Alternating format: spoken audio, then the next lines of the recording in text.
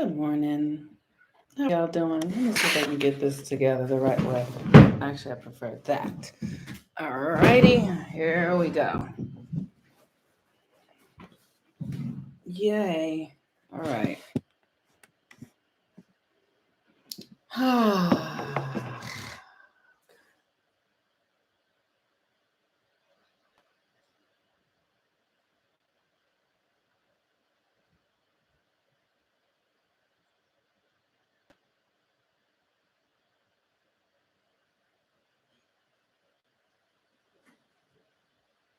Good morning. How are y'all doing?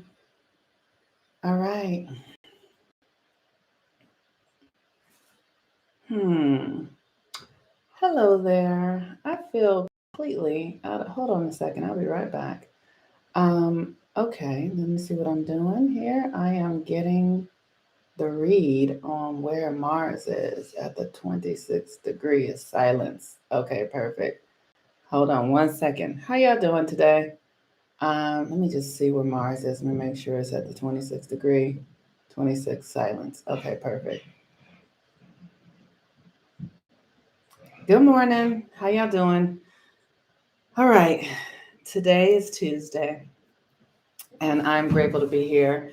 I have been what have I been doing? You know what? I woke up feeling so good.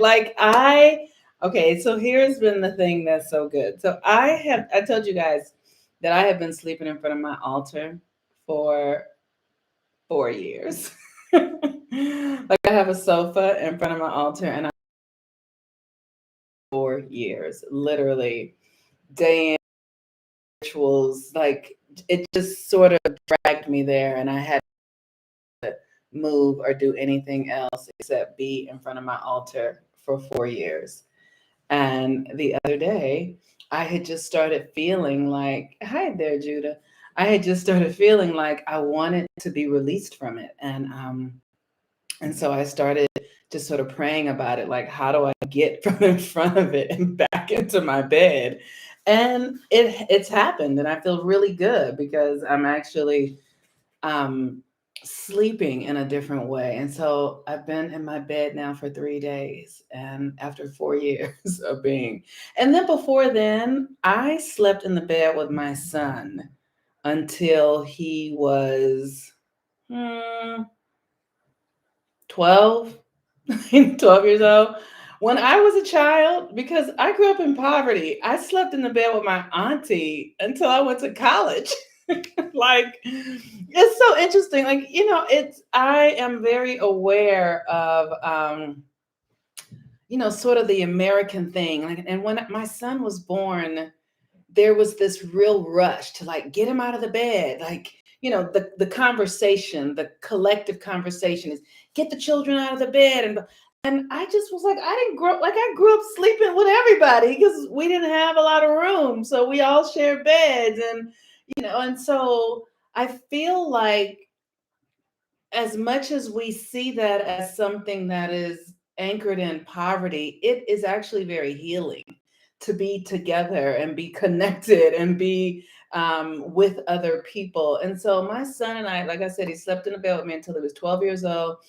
And every day of his life until he was like 13, I gave him a massage, a full body massage after his bath every single day because he's a Virgo moon and Virgos need tactile touch. Parents, you should really get readings for your children. You don't have to get them from me. You can, but you should get them from anywhere so you can understand what their needs are because their brains are developing. And as their brains develop, they need certain things based upon their astrology to actually help them develop, right? So if you have a child who has a Gemini moon, you need to talk to that child constantly and answer their questions and give them things to read and things to think about and things to put together and so that they're right. And if you have a child who's a Cancer, you need to really be nurturing to them and help them like really understand how to cultivate their own nurture and things like that. If you have a child who has a Leo moon, you need to really give them attention. Really, you know what I mean? So these are the things. So my child has a Virgo moon, so I massaged him every day that he was at my house, until he was 13 years old, until he started saying no, until he was like, Mom is too much. And then I was like, You sure?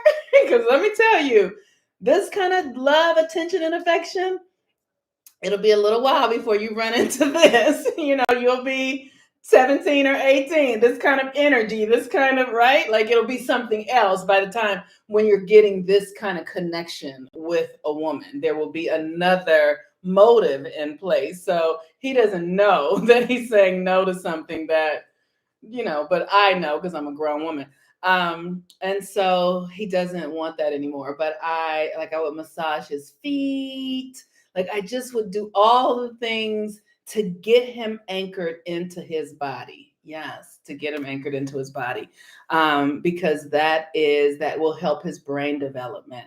And so we can do that for all of our children. We have this opportunity to really set them up well. And if we understand their astrology, we can, because when we send them out into these Western schools, literally it's just all bullshit. Like lately, I just have been so on fire with how much bullshit there is in the Western world. Okay, so be it. So today is a Mars day, and Mars is at the 26th degree of Scorpio. Whoo, the last week of Mars in Scorpio. Yay! I'm so excited. And Mars is the planet of action. It is our embodiment. It's how we move through the earth realm. It's the masculine. So it's the external, right? So our relationship to the external is very, very significant. Our relationship to the earth plane, to the things here, to the people here is very significant. But it is driven from our internal attraction faculty. So our external experience occurs because of our internal reality that then magnetizes to us. And the thing that's really significant for me that I pay attention to in this earth realm, because I find that I am very, there's this mythology about a character called Narcissus, and he fell in love with his image. And here's the thing, everything in this reality is a reflection of something that is internal. And so when we fall in love with external things, we literally are practicing narcissism, because the external is just what God created. The real opportunity is to fall in love with the creator of the external things. It's like, I remember when I first started really studying this stuff, and it was like, I can create, learning how to do magic and learning how the energy works. And it was like, do I want to just be able to create what I want? Or do I want to understand that I am a creator, that I am imbued with the powers of the divine that are inside of me?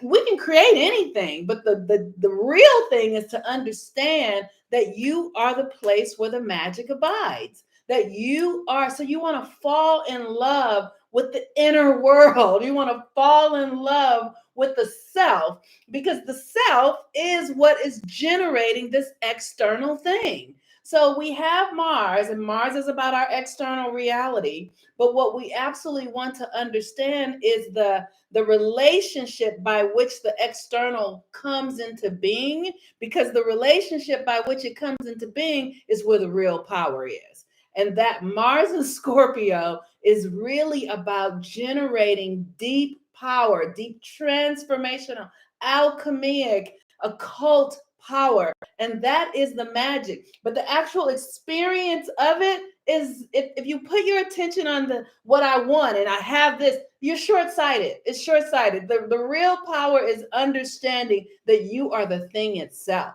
And when you get that you are the thing itself, then you can create anything you want. But you have to really understand that this Mars energy is generated from an internal experience. And so Mars at the 26th degree of Scorpio is, silence, right? And so this opportunity to really be in a space of listening, and because we are moving into some rigorous energy, some rigorous astrological weather.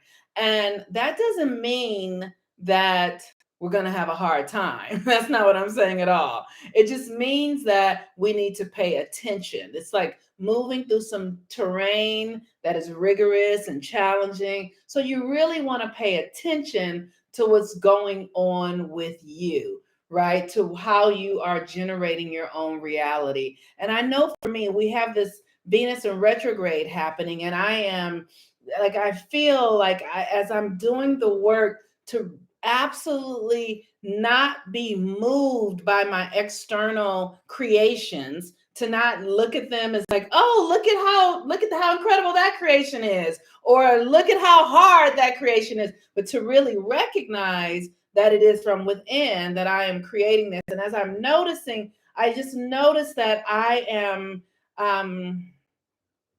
that it's not,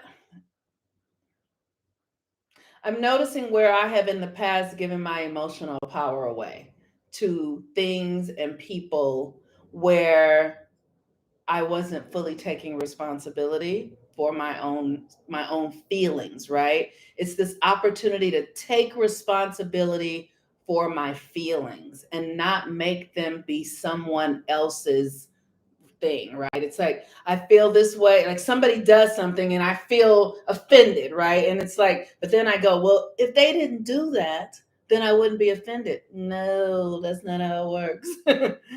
I'm offended because I'm offended. Whatever they did is theirs, but how I respond to it is my responsibility, right?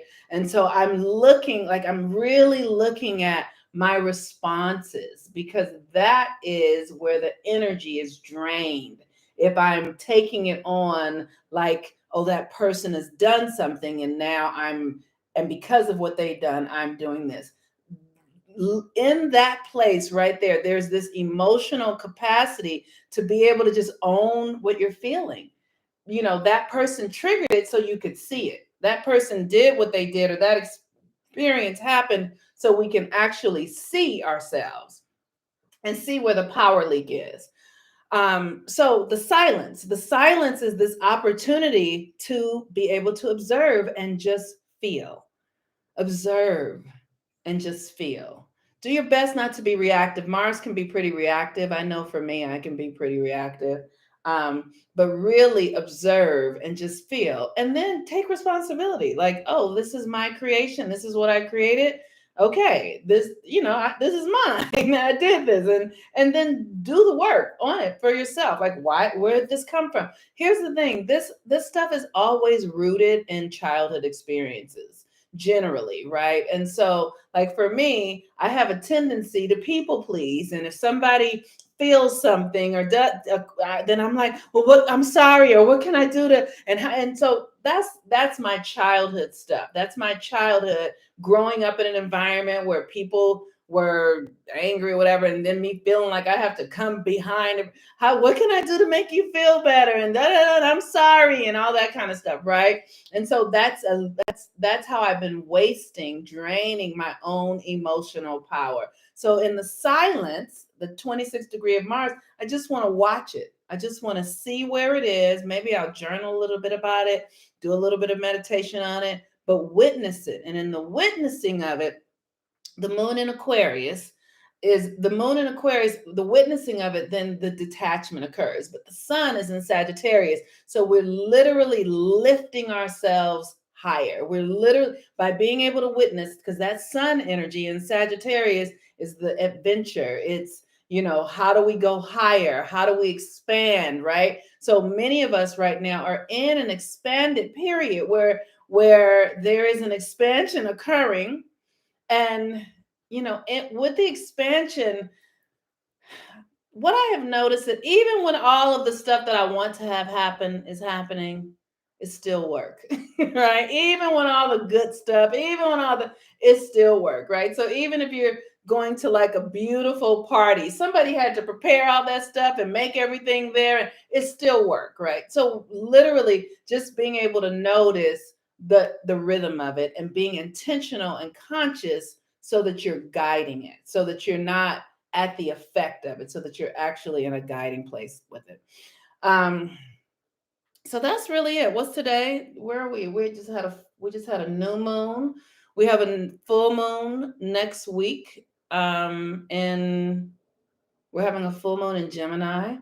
I'll have a full moon ritual. I don't have that any of that information ready yet, but when I'm ready, I will put it there.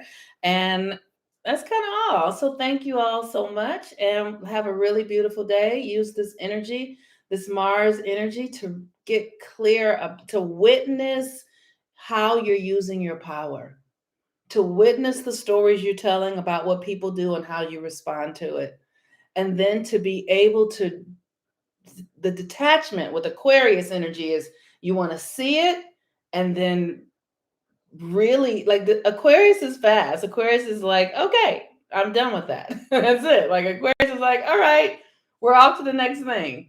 And not holding any grudges, or not making anything deeper or heavier than it needs to be. Sort of a lightheartedness. And sometimes when I want to lighten my heart up, I use lemon balm. Like, I'll wash with lemon balm soap or drink lemon balm tea to lighten myself up. I can be pretty heady as a Virgo in the whole and so it's like, just want to lighten my heart. Lemon balm is a great way to do that. Okay, peace and blessings, everyone. Have a wonderful day. I love y'all very much, and peace. All right, bye bye.